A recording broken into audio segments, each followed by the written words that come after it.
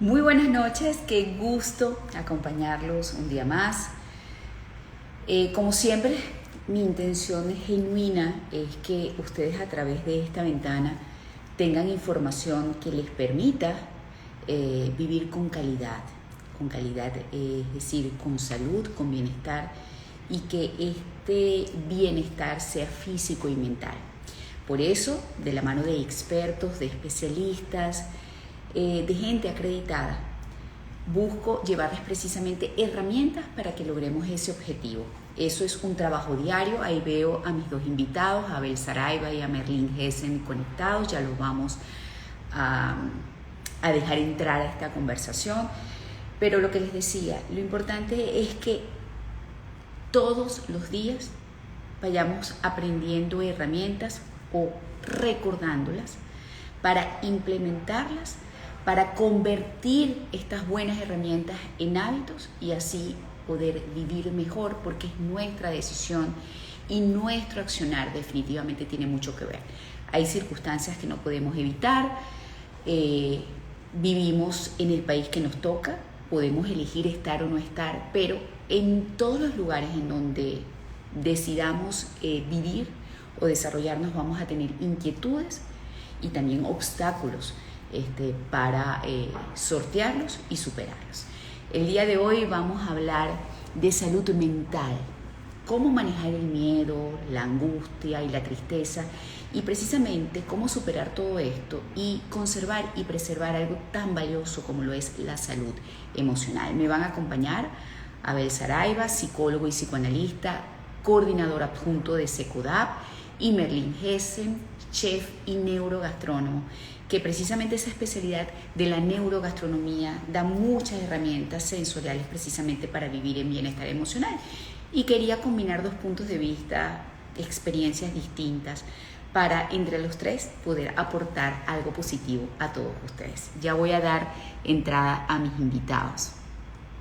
Aquí está Merlin, aquí está Abel y ya enviando la solicitud para comenzar esta conversación que por primera vez es de tres. Ahí está. ¡Wow! Están los dos. ¡Tarán! ¿Qué tal? ¡Qué gusto Yo estoy verles! aquí, yo estoy acá haciendo un cambio porque uno del aparato donde me voy a conectar falló, así que estoy moviéndolo un segundito y ya Tranquilo. estoy. Yo quiero, a manera de anécdota, para que las personas que nos están viendo y se están uniendo a esta conversación lo sepan, que este es nuestro primer encuentro de tres por esta ventana. Estamos estrenándonos en esta nueva facilidad que nos da Instagram de interactuar en los vivos. Así que se disculpa todo, Abel. Tárdate, estás al revés, es lo único que te digo. Mira, tenía todo preparado acá, listo ya, a Ajá. punto, todo perfecto, y justo al momento que estoy dándole para ya comenzar, entonces el internet y el teléfono quiso fallar, pero yo tenía uno de respaldo, así que estamos Pasa. bien. Bueno, son hombre precavido Bueno, siempre, ¿verdad? bueno, lo Yo he importante. aprendido a lidiar con el caos, eso es uno de mis aprendizajes pandémicos, así que nada, me gusta estar aquí con ustedes. Qué Bueno, bello. contento. A ver, este encuentro nace de una conversación que tuvimos Merlín y yo vía WhatsApp hace como 3 semanas, 4 semanas, muy consternados, afectados, los dos por todo lo que está viviendo el país, bueno, y el mundo con este tema del COVID-19, las pérdidas, los afectos que hemos tenido que despedir, eh, y la angustia, el miedo. O sea, aquí hay muchas cosas que tocar con respecto a la realidad emocional que estamos afrontando. Uno, las pérdidas. Dos, el miedo ante la palabra COVID y ante el diagnóstico y cómo eso pone tan nervioso al paciente que pudiera llevar mucho mejor la enfermedad si no fuera por ese miedo inicial que siente el afectado. Y eso obviamente no es nada positivo para el sistema inmunológico. Luego, el miedo en el entorno, es decir, en esos familiares que reciben el diagnóstico con él y tienen miedo de contagiarse también. Este, eh, bueno, cómo actúan y cómo responden muchas veces los vecinos y las personas que están alrededor, no tan cercanos con respecto a un diagnóstico de COVID. Lo otro, el trastorno emocional que en sí genera el virus, porque bioquímicamente está comprobado que hay una transformación o una producción de neurotransmisores o se dejan de producir que dejan a la persona con secuelas emocionales, neurológicas, personas deprimidas, que está comprobado que hay una tendencia a quedar con depresión un buen tiempo, pero no porque, o sea, porque se supone que si superaste la enfermedad, ya deberías estar feliz y contento de que la superaste, pero no, o sea, una de las secuelas es ese desorden bioquímico y orgánico que te hace propenso a la tristeza y a las emociones negativas. En fin, son tantas las cosas que podemos conversar, que me gustaría, bueno, a ver, que tú abrieras y después Merlín comenzara a aportar todas esas cosas maravillosas que él siempre nos aporta. Perfecto, bueno, nada, primero contento y agradecido por este espacio, porque las personas justamente creo que se están preguntando mucho, yo lo vivo cotidianamente en la consulta, en las personas que se acercan y qué podemos hacer con esto. Yo quisiera comenzar por lo último que tú planteabas y tiene que ver con entender que el COVID uno lo entiende como si fuese una sola cosa, ¿sí? Pero más allá de la enfermedad, que bueno, que sobre eso mejor lo saben los infectólogos que yo, pero lo que sí es que el procesar emocionalmente el COVID tiene un momento del antes, durante y después, ¿no? Antes del Totalmente. COVID está todo el miedo que hay a contagiarse, ojo, y hay razones reales para preocuparnos y querer evitar el contagio, y vemos que hay personas que inclusive sin haberse contagiado ni tener a alguien muy cercano en condiciones críticas, tienen muchísima angustia frente a esto, de hecho hasta niños con mucho temor a contagiarse. Luego tenemos un momento en el que recibimos la noticia, ¿sí? Y esa noticia además la vamos digiriendo como en etapas, ¿no? Lo primero es saber que tenemos, y lo que la gente empieza siempre como tengo una gripecita, tengo algo, hay una fase de negación allí, en la mayoría de los casos donde no queremos pensar que pudiéramos tenerlo, hasta A ver, que... pero ahí hay un paréntesis rapidito. Esa Ujú, gente que entra en esa negación, que sabiendo que cualquier síntoma hoy día importante puede ser COVID, porque además es muy florido toda esa manifestación del virus, pues salen y se reúnen y en ese ujú. comienzo es donde realmente se contagia la gente. Continúa. Claro. Ujú. Claro, porque fíjate que es lo responsable que uno debería hacer. Mira, cuando aparece o cuando yo tengo algún síntoma compatible y ahora todo lo que se parezca es COVID hasta que se demuestre lo contrario, yo debería abstenerme de cualquier contacto social a fin de proteger a las demás personas, porque bueno, ahí pasa por el tema de esa capacidad también que tenemos de protegernos y de cuidar a otros. Pero ¿qué ocurre? Que primero entramos en esta fase de negación donde queremos no, y si alguien sugiere, oye, eso pudiera ser COVID, bueno, la gente se ofende porque, bueno, porque también hay un estigma asociado a la idea del momento de la enfermedad. Cuando avanza la enfermedad, tenemos dos opciones. Hay algunas personas que salen asintomáticas, como sabemos, y bueno, y su recorrido es un recorrido distinto, pero ¿qué pasa? Y aquí hay un elemento crítico. En algunos casos donde, bueno, empezamos a ver que esa saturación bajó, que hay que acudir a una clínica, bueno, sabemos todo lo que está asociado, ¿no? Entonces ahí viene un momento de una angustia tremenda, hay una angustia tremenda que puede escalar además, yo lo puedo inclusive contar, tanto desde mi experiencia cuando tuve COVID, como la de mi mamá, cuando inclusive la pasan en un espacio de aislamiento, y las condiciones no necesariamente mejoran de inmediato, entonces empiezan toda una serie de preocupaciones y decisiones que hay que tomar, que para algunas personas puede ser un momento de parálisis y para otras puede ser un momento, bueno, como de una sobreactivación. Y después viene esto que tú decías muy bien, hay un tema neuroquímico que se está estudiando y que se está viendo evidencia, pero además yo me atrevería a decir, siempre los traumas los elaboramos a posteriori. O sea, el trauma no viene solo cuando recibes la noticia, el trauma inclusive para algunas personas es cuando, superado la fase más aguda, toman conciencia de que realmente pudieron haber muerto, de que realmente pudo haberse complicado el asunto. Entonces todos estos miedos afloran y nos encuentran en un estado de gran vulnerabilidad que lleva, bueno, a lo que vemos en pacientes post-COVID, con insomnios muy fuertes, con cuadros depresivos, con cuadros ansiosos, y bueno, tratando de digerir una experiencia que realmente es una experiencia límite, ¿no? A ver, Merlín.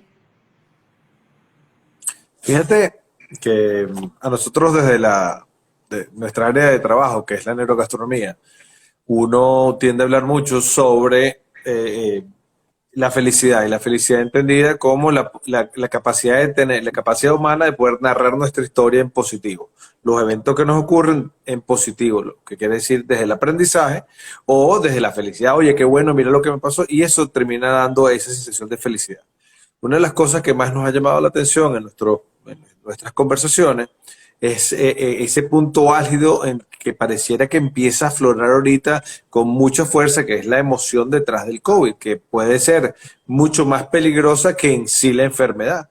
Y desde la neurociencia, cuando tú tienes a una persona que vive un proceso sostenido en un estado mental, esa química mental, y esto es interesante, se transforma, verlo así, el cerebro no sabe, no tiene a ciencia cierta cómo saber si una emoción es buena o es mala. Yo me refiero a la química del cerebro, ¿no? A los distintos aminoácidos y las hormonas que se generan. Si uno por un periodo prolongado de tiempo mantiene un estado de hormonas corriendo por nuestro cuerpo, desde ese estrés, el miedo y todo lo demás, nuestro cerebro cree que ese es su estado óptimo para funcionar. No es nuestra conciencia, no es nuestra capacidad de decir, oye, es que yo no debo estar deprimido, es químico. Y lo que ocurre es que empezamos a generar pensamientos torturantes para mantener ese estado químico en nuestra mente. Y eso es terrible porque, como tú bien lo escribías en el texto, cuando se anunciaba esta conversación, el cerebro no está preparado para mantenerse en un estado permanente de zozobra, como lo que estamos viviendo ahorita, y lo terrible es eso, que estamos acostumbrando a nuestro cerebro a mantener una química negativa, lo que va a llevar a pensamientos negativos de manera involuntaria de nuestro inconsciente. Pero es que además, si a eso le agregamos que en Venezuela, antes del COVID, ya estábamos en una situación de angustia y de miedo y de incertidumbre permanente por miles de motivos que ahora se unen a la pandemia, porque esos no es que se han acabado, sino tenemos esos más la pandemia.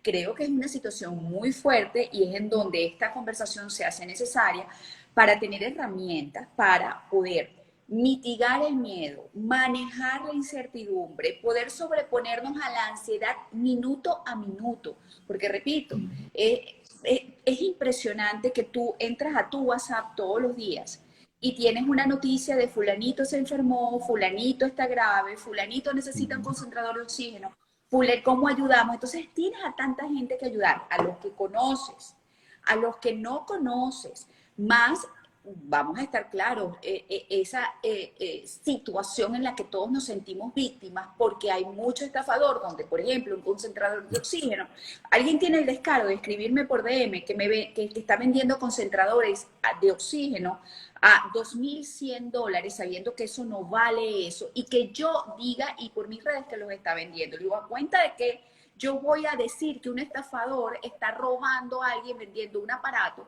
que cuesta X cantidad de dinero 3 veces más de lo que cuesta. Entonces nos sentimos realmente víctimas, vemos la falta de empatía, la falta, de hecho, yo decidí que conversábamos, Merlín, no sé si lo recuerdo, por una publicación que tú hiciste en tu cuenta de Instagram, recogiendo la experiencia emocional que había significado y significa para ti el COVID, viviéndola a través de tu equipo de trabajo y de toda la gente que tú conoces dentro de lo que son todos esos talleres que armas de neurogastronomía. Exactamente. Entonces, precisamente lo que hay es falta de información, falta de gente que quiera ayudar y colaborar y hacer esto más vivible para todos. Sí, es una necesidad. A ver, ¿cómo hacer para que todo este malestar que experimentamos por diversas razones no nos supere, no nos enferme, emocionalmente hablando? Yo creo que tú decías, María Laura, una palabra clave y tiene que ver con mitigar. Sería ingenuo pensar que esto no nos va a pasar, que esto no nos va a dejar algún tipo de secuela en términos de que vamos a salir ilesos emocionalmente hablando. O sea, esto va a tener un impacto en nuestra vida, pero la magnitud del impacto también va a estar íntimamente relacionada a las estrategias que podamos desarrollar para no llegar a ese estado en el que efectivamente nuestro sistema colapsa. Y esto lo podemos ver neurobiológicamente y lo podemos entender emocionalmente, porque además Total. esto de mente y cuerpo no están separadas, o sea, la mente y el cuerpo están profundamente integradas y se manifiesta y se retroalimenta una cosa con la otra. Entonces, el paso uno, que parece una tontería, yo siempre digo esto como el paso uno y tiene que ver con reconocer y poner en palabras nuestras emociones. Parece que es una cosa obvia porque uno cree que porque uno se siente mal, uno le está dando la dimensión a la emoción y a las emociones hay que ponerles nombre, porque cuando yo le pongo nombre, puedo aproximarme a ella en términos de decir cuáles son las cosas que yo tengo que hacer para empezar a gestionarlo. O sea, no es lo mismo llorar que poder también reconocer que detrás de ese llanto hay tristeza, que detrás de eso hay angustia, que tengo miedo, ¿ok?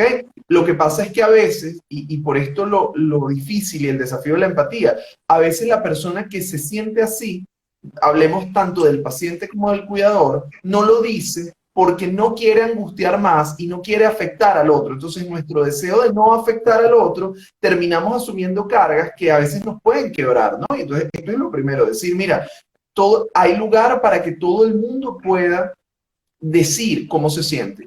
¿Sí?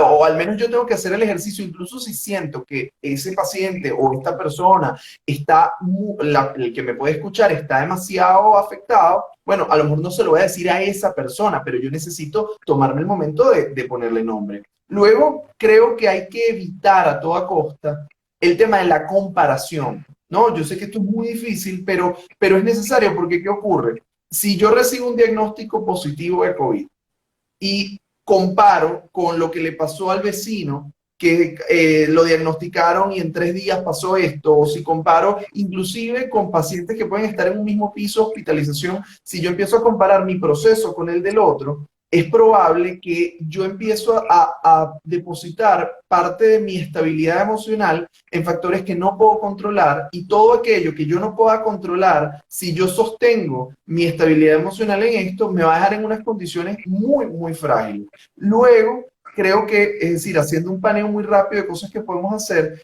establecer rutinas, incluso en la dinámica del confinamiento. Las rutinas nos orientan, nos ayudan a saber dónde estamos, nos ayudan a sobrellevar el día, porque los días se hacen eternos, entonces yo necesito conectarme con el momento en que como, el momento en que inclusive de repente oro, medito, lo que voy a leer. O sea, hay que tratar de darle a los días un ciclo que nos ayude a avanzar. Otra cosa clave, creo que hay que confiar en el equipo médico que yo escogí. ¿Sí? O al que tengo acceso. ¿Por qué lo digo? Porque escojo un médico tratante y después entonces recibo las cadenas de WhatsApp de la familia que me dice, toma ivermectina, no sé qué, ¿por qué no te están dando antibióticos? Entonces, bueno, empieza el paciente con una angustia, inclusive a tener roces con su equipo médico, porque quiere satisfacer todo esto que le dicen y quisiera el paciente probar todas las opciones disponibles. Entonces, yo creo que o sea, hay una parte racional, pero también hay una parte de confianza que contribuye en el proceso de sanación. Y otra cosa, y con esto redondeo, seguro después podemos profundizar, la importancia del contacto, aunque sea virtual, con nuestros familiares. Cuando estamos en el aislamiento, nos hace tremenda falta poder escuchar, poder hablar con otras personas, y por otro lado también ese contacto nos conecta emocionalmente a pesar de que la distancia y los protocolos de bioseguridad nos lo impiden. Entonces, reconocer emociones, no compararnos, evitar intoxicarnos de información, confiar en el equipo médico y mantener comunicación con nuestros familiares y seres queridos en la medida en que nos sea posible. A ver, Muy bueno. en tu entorno, tengo entendido, has conocido a muchas personas que han atravesado eh, la enfermedad, la han superado y no la han superado. ¿Qué puedes recoger precisamente en función de lo que dice Abel, ¿qué ha sucedido de acuerdo a las experiencias que te han comentado? Se han angustiado y han puesto en duda, por ejemplo, lo que dice Abel, lo que le recomienda el médico, la gente no entiende y de repente creen que ayuda mucho precisamente diciendo toma esto, haz aquello, te dieron esto. O sea, ¿qué has observado tú? Me encanta la pregunta porque cae como anillo al dedo hoy particularmente. Hoy tuvimos, ahorita en la tarde tuvimos un encuentro de los miembros de la Asociación Venezolana de Neurogastronomía para hablar precisamente sobre las emociones y el COVID. O sea, cómo nos encontramos y teníamos testimoniales de personas, miembros de la asociación y cada uno del cuerpo docente, y si quiere de nuestra academia, estuvo conversando desde las distintas áreas de influencia. Y el aprendizaje que se da es muy lindo cuando tú hablas con personas que ya superaron el proceso, porque más allá de hablar del tratamiento, lo que hicimos fue enfocarnos específicamente sobre cómo fue que viviste el proceso. Hace unas semanas atrás, una de nuestras compañeras tuvo un momento muy complicado.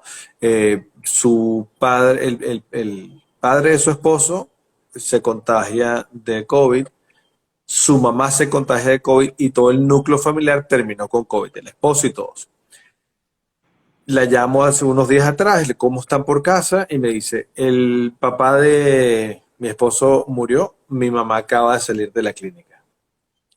O sea, y tú recibes, o sea, cómo uno reacciona ante uno que está ajeno a la situación, uno solo puede imaginar tratar de atinar cómo es ese proceso, porque la conversación que yo me imagino internamente es una conversación dentro de esa casa donde tiene que haber mucha compasión, tiene que haber mucha empatía, mucho apoyo social y evitar una de las cosas que a mí más me ocupa dentro del proceso COVID, y seguramente Abel puede ayudarnos más con esto, es el tema de los señalamientos y la sensación de culpa que queda dentro del proceso, porque uno de los problemas con el COVID es primero, la sensación de culpa, de esa historia que uno empieza a contarse, ¿qué pasa si yo contagio A? Y si por ese contagio ocurre B, y lo que te va a quedar en la cabeza luego de que acaba eso. Muchas de las personas que están en esos cuadros depresivos, en esos cuadros tan oscuros, tienen que ver con la historia que se están contando del resultado que ocurrió luego que pasó el proceso. Y ahí hay mucho trabajo que hacer. Hay un trabajo que va desde no señalar, sino entender que esto es una pandemia y todos vamos a pasar por eso, donde el perdón siempre juega un rol importante, pero esto es una enfermedad que tiene que trabajarse desde el amor más profundo, más puro, más sincero y la compasión sin duda. Pero es que hay historias realmente duras. Por ejemplo, hoy me enteré que falleció una persona o uno de los empleados de una empresa para la cual trabajo, una persona clave, joven, 48 años, sin enfermedades preexistentes. Y él muere porque, bueno, lo contagia el hijo. ¿Cómo se debe estar sintiendo ese hijo que sabe que después de haber salido y no haber quizás guardado el confinamiento que debe guardarse en unas circunstancias como estas? Bueno, contagia al papá y el papá fallece. Aquí estamos hablando de verdad de temas importantísimos. Por cierto, que me preguntan si la conversación, si este live va a quedar grabado, lo van a poder ver con calma si se están uniendo en este momento. Y otra cosa, poco a poco voy a ir revisando para responder inquietudes. ¿Qué me puedes decir, Abel, de situaciones como esta? Mira, situaciones como estas están pasando todo el tiempo. Yo creo que Merlín dice algo que me parece que es importantísimo y tiene que ver con cómo lo abordamos con una mirada compasiva. Porque, a ver, puede suceder que ciertamente cuando una persona sale, se reúne con otras, expone y multiplica exponencialmente ese riesgo de contagio. Pero también puede pasar que la persona se contagie en la circunstancia más inocua, ¿no? O sea, esto puede llegar a pasar y nunca tenemos la certeza de dónde fue el momento en que sucedió, ¿sí? Y de hecho voy a contar mi experiencia en ese sentido. Cuando yo tuve COVID, que no me tocó en esta ola, me tocó en la primera, yo de hecho, yo creo que pocas personas pudieron haber cumplido la cuarentena con el nivel de radicalidad en que yo la asumí. Las pocas veces que asomé mi nariz fuera de la casa, iba como un astronauta. De hecho, yo tenía la fantasía de que quería comprarme yo, no, yo estaba buscando casi una máscara de buzo para desplazarme. Wow. Mi esposo igual, bueno, una cosa de verdad, nosotros nos lo habíamos tomado bien en serio y teníamos amigos que salían y que yo decía, wow, ¿cómo están haciendo todo esto? Y resulta que los primeros en contagiarnos fuimos nosotros. Y yo decía, es que, porque uno pensaría, y esto es parte del tipo de ideas que no nos colaboran, en que estas cosas obedecen a unas dinámicas de premio y castigo, ¿no? O sea, si tú eres muy bueno y tú te portas bien, en la vida no te va a dar COVID, ¿no? Tú puedes ser una persona extraordinaria, religiosa, buena gente, y te puede dar. Y entonces tú dices, wow, y a este que hace todo esto malo y no sé qué no le da. Bueno, mira, la vida es así, O les dio y ¿no? no O sea, les no, pasó nada. o le doy y no les pasó nada, o a gente Exactamente. maravillosa le da, o sea, no hay una relación premio y castigo acá, y yo creo que esto tenemos que verlo, y a veces nuestros sentimientos y nuestra fe nos lleva a querer entender el mundo así, y esto tiene una complejidad muchísimo mayor. Entonces, bueno, ¿qué sucede? Lo primero creo que hay que pensar en una mirada compasiva, porque cuando empieza el juicio y el señalamiento, esto puede ser abrumador. Es abrumadora la experiencia de perder un padre, de perder un hijo, y lo que puede significar que además te responsabilicen de una cosa como esta es muy duro. Ojo, esto viene siendo también parte de los procesos de duelo donde sentimos culpa, donde luego aceptamos, negociamos, vamos en esta elaboración del duelo. Ahora, ¿cuál es la recomendación acá? Creo que tenemos que ser compasivos, probablemente podamos pensar y sentir rabia y dentro de nuestra rabia siempre queremos trasladarla a alguien. Yo creo que ahí hay que verlo y sobre todo pienso que también tenemos el deber de mirar este tipo de historias como para decir, epa, mira que eres responsable, no culpable. A mí no me gusta la expresión de culpa, me gusta la expresión de responsabilidad. Decir, mira, tus actos pueden tener consecuencias en tu vida y en la vida de los demás. Claro, Totalmente. de hecho, aquí hay un comentario de una persona que trabaja conmigo, y voy a decirlo así porque es Indira Díaz. Lamentablemente ella, le falleció una hermana hace 2 semanas de COVID, luego la semana siguiente un primo. Entonces dice, cuando muere el familiar a los que sobrevivimos, nos queda un sentimiento de culpa por pensar que se pudo hacer más. Y ese es Sí, otro eso. tema. Fíjate, María Laura, una cosa importante, complementando lo que bien dice Abel y la conversación. El estrés.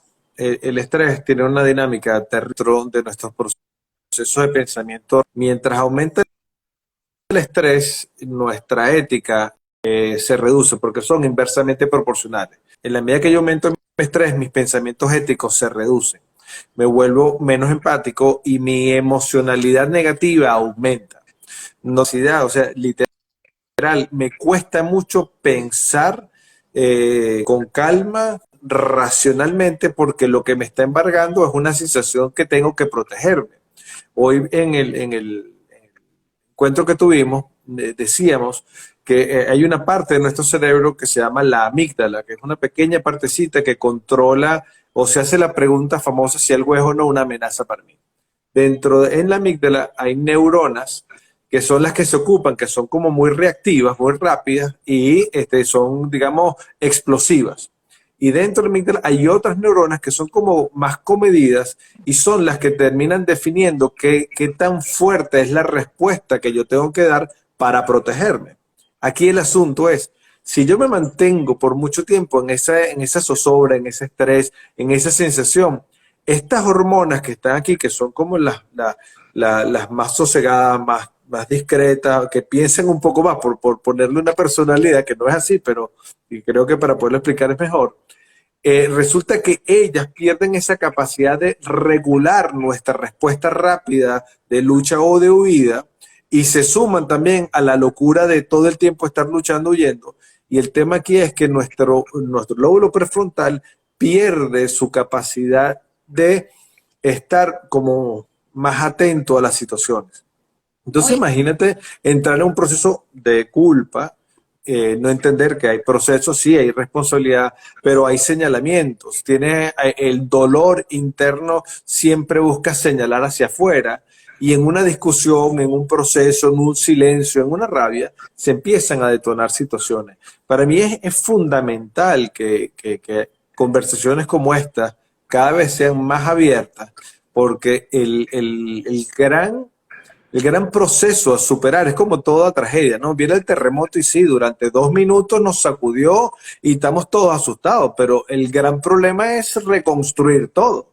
El proceso COVID, lo más duro es el proceso que viene después de pasar esos 21 días de enfermedad. Hay que tener un trabajo y una asistencia hombro a hombro con cada una de las personas que pasan por este terror. Pero es que lo que está pasando, Merlín, es muy duro, porque estamos hablando además de una enfermedad que no permite enfrentar el final como quizás normalmente tú afrontabas el final de un ser querido, el final de la vida, de un afecto. Ya por ahí estás enfrentándote a una dinámica completamente distinta. Lo otro es que de repente tú ves a todo un núcleo familiar contagiado, en donde quizás los que están menos enfermos o con menor cantidad de síntomas tienen que cargar y responsabilizarse, como diría Abel, de esas personas que están más complicadas. Y de repente cuando ves que esas personas se empiezan a complicar más y que tú, bueno, tienes que ver cómo te encargas de todo ese núcleo familiar. Yo he visto situaciones de familias así, en donde se enfermaron todos y entonces dos están en la clínica, están graves en la clínica, salen estos dos, pero entonces estos se agravan, fallecen. Estoy leyendo el caso de una persona, una noticia que falleció la hermana de su cuñado y pues hoy falleció su esposo. O sea, estamos de verdad en una situación dura, en donde no te da ni tiempo de vivir un duelo cuando ya tienes un segundo y es complicado. Sí. ¿Qué hacer? O sea, ¿a dónde buscamos ayuda?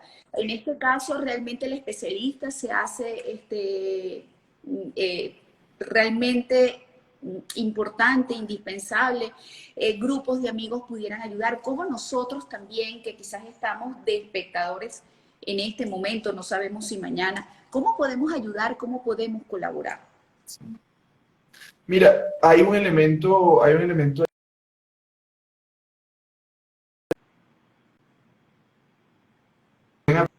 esto que está pasando, ¿sí? Todas las culturas tienen rituales que les acompañan a procesar las pérdidas, ¿sí? Dependiendo de dónde estemos, hay algunas culturas que cuando fallece alguien duran días en ese proceso, pero pensemos en la versión más express occidental que nosotros tenemos, que es al menos un velatorio y un entierro, ¿sí? O sea, eso era lo mínimo que la mayoría de las personas recibían. Y en este momento, esa posibilidad queda truncada y eso dificulta muchísimo para nuestra mente poder hacer el cierre. Entonces, nos toca también entender que a pesar del dolor, también tenemos que dar un espacio para despedirnos, aunque no pueda ser en cuerpo presente. Yo creo que esto es muy, muy importante, sobre todo de cara a las secuelas posteriores que vienen cuando dejamos este tipo de procesos abiertos, porque además nuestra realidad psíquica no obedece a los tiempos de la realidad concreta. O sea, nuestra mente le toma mucho más y parte de los mecanismos que empieza a desplegar es inclusive a veces desafiar un poco esa realidad, porque es como si esto te duele, yo quiero que esto no te duela y voy a tratar de suavizarte el dolor, pero con una estrategia que no resulta. Entonces, bueno, por ahí creo que el tema de los rituales de despedida va a ser muy importante y va a haber que construirlos, porque no los tenemos ahora para esto. Claro. Por otro lado, con respecto a la búsqueda de ayuda, tenemos una realidad y es que muchos de los pacientes van a necesitar algún tipo de soporte emocional, lo que no necesariamente implica que ese soporte emocional tenga que ser una atención clínica especializada. En una lógica de atención psicosocial, de atención de tipo de servicios, siempre se parte como de lo preventivo, el acompañamiento, hasta lo último que vendría siendo lo más restringido para aquellos casos con un malestar clínico. ¿Qué pasa? ¿Por qué digo esto también? Y me quiero explicar de manera más abierta.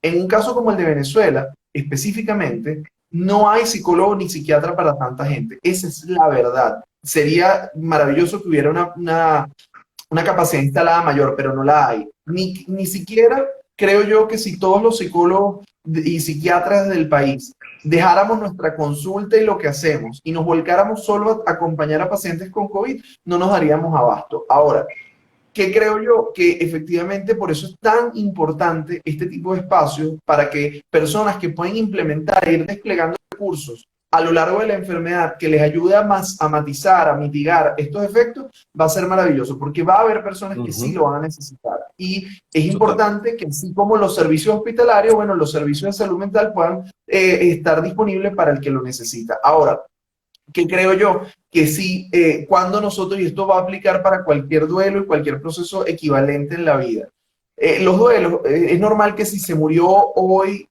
un familiar muy querido, yo pase por un proceso de profundo dolor, de profunda tristeza, sin que eso sea patológico. A veces lo que pasa es que también los seres humanos le tenemos como mucho miedo al dolor y por supuesto son experiencias muy difíciles, pero queremos algo que nos ayude a salir rápidamente de eso y hay procesos como que voy a poner un ejemplo. No hay una palabra en español para la experiencia de perder un hijo. La hay para la de perder un padre, pero no la hay para la de perder un hijo. Es una experiencia tan complicada que no tiene palabra. Entonces, bueno, esto hay que vivirlo. Ahora, ¿qué entendemos nosotros? Que cuando vivimos este tipo de procesos, mientras las funciones vitales, es decir, y funciones como dormir, comer, nuestra capacidad de relacionarnos esté conservada, nosotros vamos a ir pudiendo con nuestros propios recursos. Cuando no podemos hacer estas funciones, cuando se ve interferido gravemente nuestra capacidad de relacionarnos con el entorno, ahí necesitamos una atención clínica. Ahora, ¿qué va a pasar? ¿Cuánto tiempo dura esto? Bueno, los manuales establecen que un proceso de duelo pudiera durar 3, 6 meses, hasta un año. Ya pasado un año, entenderíamos que aun si los síntomas no son muy graves, este duelo requiere de algún tipo de atención. Yo creo que, sobre todo para quienes nos escuchan, que no tienen por qué ser psicólogos ni psiquiatras, el mensaje clave es cuál es la capacidad de la persona para relacionarse con su entorno y satisfacer sus necesidades. Es decir, cómo está el sueño, cómo está la alimentación, cómo está la capacidad de interactuar con otros, a pesar de que exista un estado de ánimo triste. Si estas capacidades, comer, dormir, relacionarse con los demás, están interferidas gravemente, entonces es momento de buscar asistencia, porque esto nos va a ayudar a prevenir un cuadro psicológico, psiquiátrico muchísimo más complejo. ¿No? Y algo importante es que se entienda que la enfermedad tiene un proceso. O sea, si a ti Ujú. te da síntomas importantes, vas a tener que tener paciencia, número uno. Dos, Sí. enfocarte en recuperarte. No es tiempo de pensar en más nada, sino en recuperarte, en evaluar qué está pasando en tu cuerpo, en informar permanentemente a tu especialista o a los especialistas tratantes qué te está sucediendo. Es hora de dedicarte emocionalmente y físicamente a ti a superar eso y entender, porque bueno, claro, cuando tú estás en medio de eso, yo me imagino que un día es una eternidad, pero sabemos que la enfermedad puede desarrollarse entre 1 y 21 días, como bien lo dijo Merlín. Entonces hay que tener paciencia. Hay María algo Laura, disculpa, interesante. y Merlín, perdónenme que les interrumpa un segundo, porque hay algo que no puedo dejar de decir y tiene que ver con el rol de la familia que acompaña. Sí, porque cuando tenemos el paciente con COVID que está aislado, todos queremos saber cómo está, ¿sí? Y a veces corresponde que en la familia nos repartamos la responsabilidad de filtrar ese tipo de información de quién va dando el reporte, porque es muy pesado para el paciente como tener que dar ese parte permanentemente, eso es muy importante. Y lo segundo, que desde el lado de quienes estamos afuera, cuando vemos que tenemos a alguien querido con COVID, creo que el tipo de manifestación afectiva, más que preguntar por el parte médico, eso se lo podemos preguntar a los cuidadores, ¿sí? Es un poco más bien decir, oye, cuánto te quiero, cuánto me importas, qué especial eres para mí, te estamos esperando acá, estamos orando por ti, estamos rezando por ti, lo que sea, pero que el mensaje vaya en clave de manifestar el afecto más que pedir un parte médico, porque de lo contrario, lo que hacemos es como revictimizar a la persona que está en esa situación. ¿No? Y angustiarla, Sí, eso está angustiarla. bueno. Eso es tremendo elemento porque lo que está es echándole abono a esa tierra infértil que puede generar más angustia. Algo que es interesante ahorita que tocas lo de la familia y quiero conectarlo con el pensamiento anterior. el poder del cerebro es tan maravilloso cuando se siente en control, que puede transformar y dirigir de manera importante cómo está funcionando nuestro sistema inmunológico. Y tiene que ver con dos pensamientos. Uno, mi vida en mis manos. Número dos, con el derecho del paciente. Un paciente, por ejemplo, la mayoría de los pacientes que se contagian con COVID son asintomáticos, eso es estadístico. Hay un grueso importante que sienten algunos síntomas y no le va muy mal, sino bueno, y pasan el problema en casa. Y hay un pequeño grupo que es el que sufre más y el que es un poco el que llama más la atención. El tema es que en esa estadística todos tenemos a alguien muy cercano en esos 6 grados de separación del familiar que murió, del que se fue, y eso nos da una sensación de que podemos correr ese mismo riesgo, y es lo que llaman la lotería del COVID. Eso es uno. El tema de mi vida en mis manos es importante porque el rol de la familia tiene que ser de empoderar al enfermo. Escuchen bien por dónde viene este pensamiento. Usualmente a una persona que está enferma uno lo ve como minusválido y le trata de quitar la responsabilidad del tratamiento. Y empieza uno, te tienes que tomar esto, el médico dijo tal cosa, tú no digas, cómatelo, las pastillas a las 3 de la tarde, y lo tratamos como si fuese un niño. El tema es que cuando tú le quitas a esa persona el control de su vida, porque si yo no soy el que esté responsable de mi tratamiento, quiere decir que mi vida no está en mis manos, mi vida está en las manos de quien me está tratando, del que me da la pastilla, del que me dice qué tomar a la hora que le tengo que tomar, y eso lo que me genera a mí es un estado de inseguridad, y mi mente empieza a perder el control de decir, coño, ¿qué ocurre si allá afuera pasa algo y yo no me puedo tomar mi pastilla? Entonces, el derecho del paciente está en a qué hora te corresponde tomarte la pastilla, a qué hora te dijeron que te tenías que hacer el tratamiento, a qué hora es tal, mira, a qué hora me dijiste que tenías que hacer tal cosa. O sea, es como decirle a esa persona que él tome las decisiones para que él siga su tratamiento, porque lo que estás reforzándole es su integridad y su capacidad de decir, es que yo soy responsable y yo, lo que dijimos hace un ratico, mi visión está en sanarme, mi visión está en curarme, y eso es importante dentro del proceso COVID. Bueno, ojo, es muy importante y también llena de angustia, porque a veces la responsabilidad, Merlín, no está necesariamente en uno. Ya aquí estamos hablando de que quizás el familiar quiere encargarse y sobreprotege a su paciente con COVID. Exactamente. Pero yo quiero manifestarte la angustia que me han comentado familiares de personas que han sido hospitalizadas Eso en clínicas y en eso es otro unidades de tema. cuidados intensivos, donde el paciente entra en un estado de angustia porque tiene la duda siempre si realmente ese personal de salud se está encargando, no se está encargando bien de su la sensación de soledad es terrible. Y apoyarle a recuperar la salud. Y no quiero entrar en detalles con respecto a este tema porque nos puede traer problemas, básicamente. Aquí tenemos Pérez y Barrae, dice, ¿qué nos sugiere a los que estamos de espectadores ante la amenaza inminente del COVID? ¿Cómo actuar ante una posible noticia de salir positivo? Bueno, yo creo que lo primero pasa por lo que está universalmente difundido en términos del uso de mascarilla, lavado de manos, o sea, es decir, toma todas las medidas de prevención, ¿sí? Esto es clave. Como estrategia, además de saber que nosotros tenemos parte en la gestión de esto. Ahora, una vez que recibo la noticia, yo creo que hay que reflexionar al menos en 3 elementos. Hay muchos más, pero al menos 3.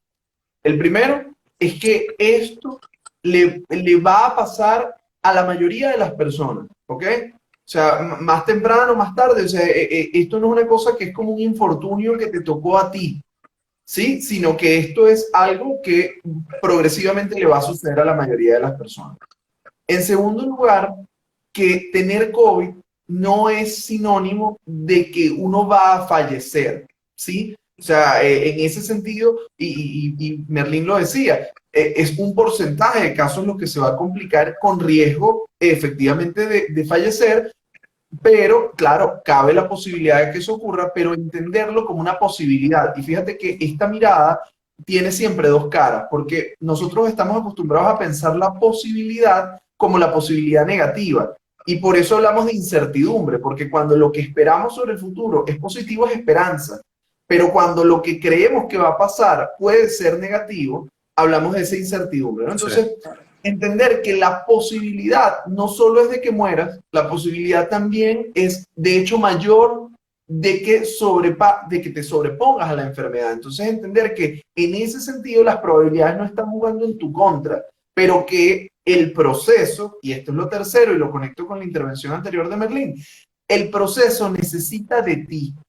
O sea, necesita de tu energía puesta en sanar, necesita de que tú entiendas que, o sea, porque la postura de abatimiento no favorece al sistema inmunológico, no favorece el tratamiento. Entonces, en la medida en que yo me entiendo como una parte esencial de ese proceso de sanación, aunque me duela, yo entonces recupero y esto nos va dando ese pequeño espacio de esperanza, ¿no? Recuperar el control en mi pequeña parcela, en pequeños actos, nos ayuda a sobrellevar este tipo de situaciones complejas.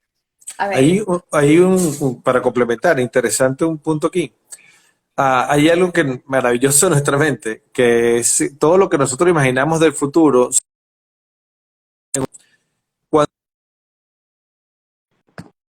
Cuando uno, en este caso,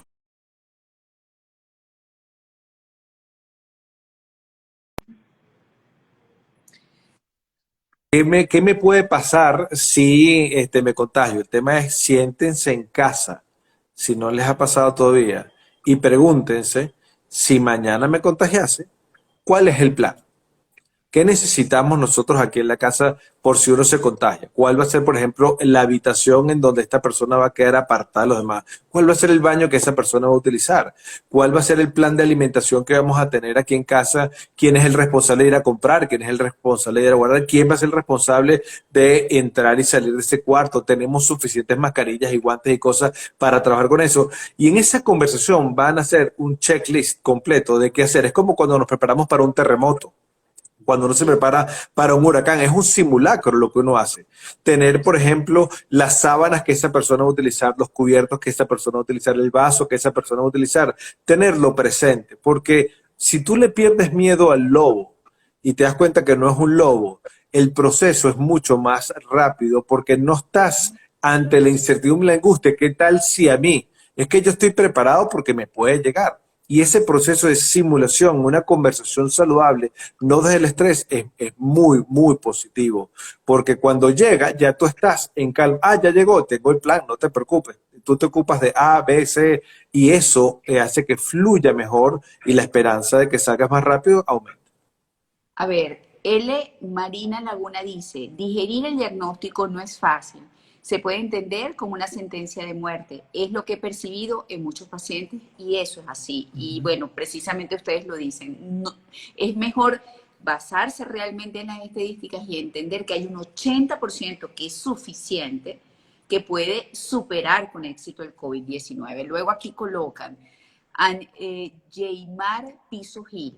Excelente espacio de reflexión. Muy difícil la pandemia unida a las limitaciones estructurales en materia de salud que hay en el país. Gracias por las recomendaciones sobre qué hacer y qué no.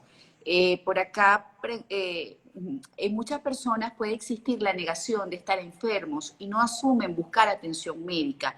Hay que ayudarlos. Sí, es así. Incluso eso hace que se retrasen en la toma de medicamentos fundamentales, en los más sencillos y en el reposo, y es lo que hace que se complique y baje la saturación y una cantidad de cosas más.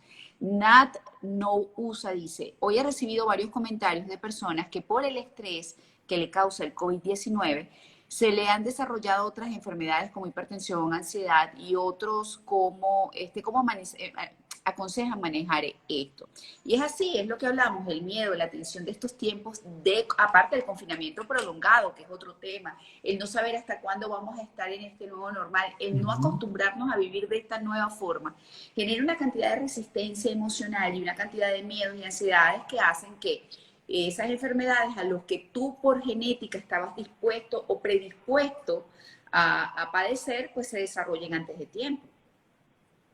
Bueno, y ahí yo voy a citar una máxima del psicoanálisis. Lo que no se pasa por la palabra regresa siempre en el cuerpo. Entonces, por eso, Sí. o sea, toda la magia, yo les voy a revelar aquí un secreto que va a quedar entre nosotros tres, nada más, ¿no? Eh, Y es que el secreto de la terapia, todo lo que está detrás de la terapia, el psicoanálisis y todas las alternativas que hay por allí, es poner las cosas en palabras, ¿sí? O sea, tan sencillo y tan profundo como eso.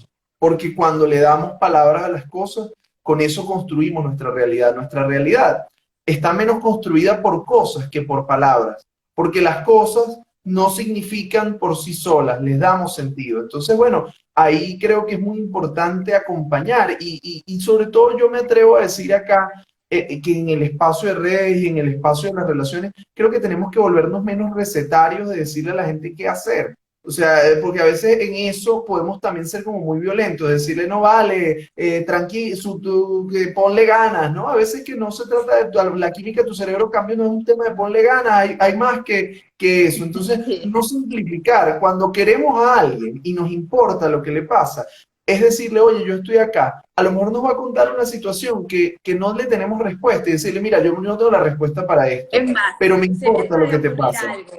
A ver, se me acaba de ocurrir algo. Cuando alguien te dice, ay, es que estoy triste, no le digas, pero dale, ponle ganas, como dices tú, sino, ven acá, vamos a ir a caminar, vamos a ir a subir el Ávila.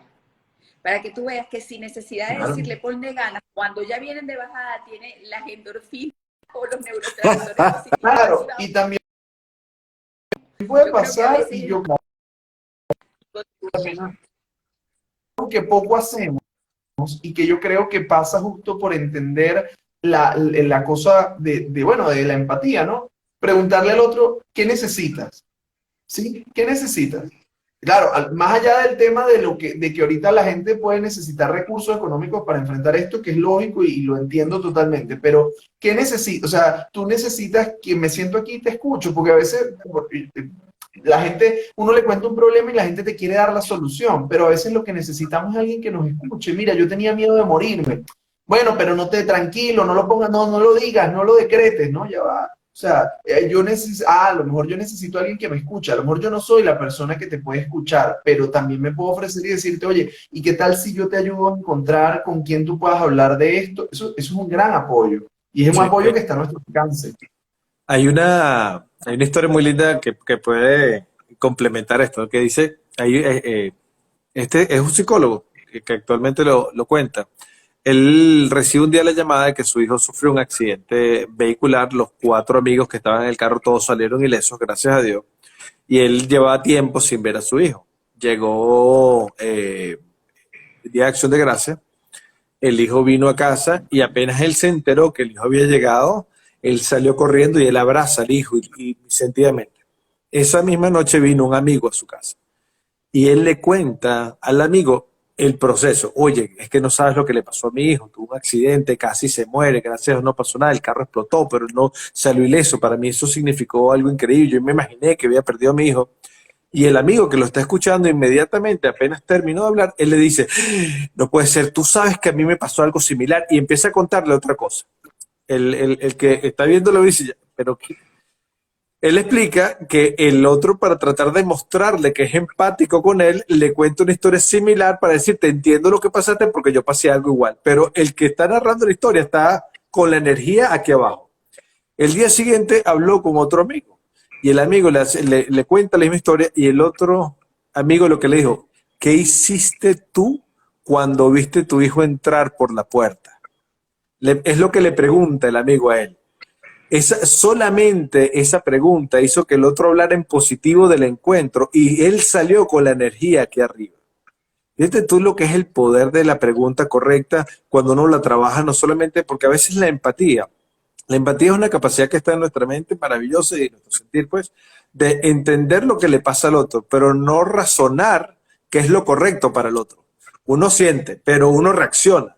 La compasión es la voluntad, es la capacidad de nuestro razonamiento, como párate un poco, entiende por empatía, pero no, ponte en los zapatos y hazle la pregunta o acompáñalo en su proceso y puede ser subiendo el Ávila, haciendo la pregunta correcta, pero dándole su lugar, porque eso si lo hacemos bien, la persona con la que estamos hablando sale con la energía arriba y no sale más abajo de lo que estaba. A ver, la pregunta de qué necesitas, a ver, me parece también estupenda. Y nos quedan 4 minutos para responder dos preguntas que me parecieron Vamos, pues. realmente pertinentes de comentar. Una dice, ya va, digerir el diagnóstico no es fácil, se puede entender como una sentencia de muerte, es lo que he percibido, ¿no? Y después, aquí dicen, tengo familia con COVID y han tenido ataques de ansiedad, ¿qué hacer? En esos dos casos, ¿qué debemos hacer? Para bajarle los niveles de ansiedad ante el diagnóstico, no ser tan fatalistas, que ya creo que lo respondimos, pero es bueno repetirlo para que quede como mensaje final a los dos, y cómo bajar los ataques de ansiedad ante el tener familiares con COVID. Sí. Los ataques de ansiedad y de pánico pueden ser unas experiencias realmente molestísimas y terribles para las personas que las viven. Lo primero creo que es no juzgar, sí, no pretender que tenemos, o sea, no es como, de nuevo, no solo tiene que ver con un tema de voluntad, sí, podemos necesitar inclusive, si esto es muy intenso, la búsqueda de ayuda especializada como para tratar de canalizarlo. Pero por otro lado, una de las herramientas más sencillas, gratuitas y que has demostrado ser muy efectiva, tiene que ver con cómo nos hacemos conscientes de nuestra respiración. Parece mentir, el poder mágico de nuestra respiración es brutal. En la medida en que nos vamos haciendo conscientes de la intensidad de la respiración y vamos tratando de ir regulando ese ritmo, poniendo nuestra atención en esto que va pasando, vamos recuperando de alguna manera esa capacidad de ir controlando. Los pensamientos, voy a decir una cosa que no lo aprendí en la escuela de psicología, lo aprendí en el Zen. Los pensamientos son como las nubes en el cielo, vienen y se van, ¿sí? O sea, nuestra mente produce pensamientos, es como la secreción de nuestra mente, es el pensamiento. Entonces nosotros tenemos que dejar esas nubes ir y venir, o sea, no resistirnos a la sensación, sino tratar de ir progresivamente recuperando control en nuestro cuerpo y por supuesto que si este tipo de cosas no funcionan, pues nos toca buscar ayuda y sin pena buscar ayuda porque eso no es estar loco, eso le puede pasar a cualquier A persona. cualquiera. Yo Ok. agregaría que para minimizar esa fatiga, ese estrés, esa sensación todo el tiempo de que algo malo va a ocurrir, establecer protocolos en casa para generar químicas de felicidad. Y la química de felicidad que habla de serotonina, dopamina, oxitocina, endorfina, son acciones que podemos hacer. Subir el Ávila, por ejemplo, te da mucha dopamina y llegar a la cima te va a dar serotonina. Si vas con alguien caminando, te va a dar oxitocina y serotonina y luego dopamina. Entonces, esa hormona de felicidad es muy buena porque cuando estás generando hormonas de felicidad, el cuerpo no puede generar ni cortisol principalmente, que es la hormona del estrés. Se paraliza la producción de esta. Y hay algo bonito, y lo digo orgullosamente como neurogastrónomo. Sentarse a la mesa tiene el poder de generar las 4 hormonas en simultáneo. Tener un plato al frente, ver el plato, genera una felicidad natural de serotonina. Es comerlo y disfrutarlo te da dopamina. Pero lo más importante es que cuando hablas con las personas que están en tu entorno, genera oxitocina. Ese bienestar que se genera en la mesa por conversar y comer en familia sin teléfonos puede durar 2, 3 horas. Y si uno aprovecha el ritual de la mesa, tú vas a encontrar un método de sanación natural que te va a minimizar los procesos de estrés, pero eso sí, hay que ver una regla en la mesa. No se habla sobre el conteo de COVID, cuántos van enfermos, no se pueden tocar Mi esos temas, noticia. porque si no, nada sirve, te cae mal la comida.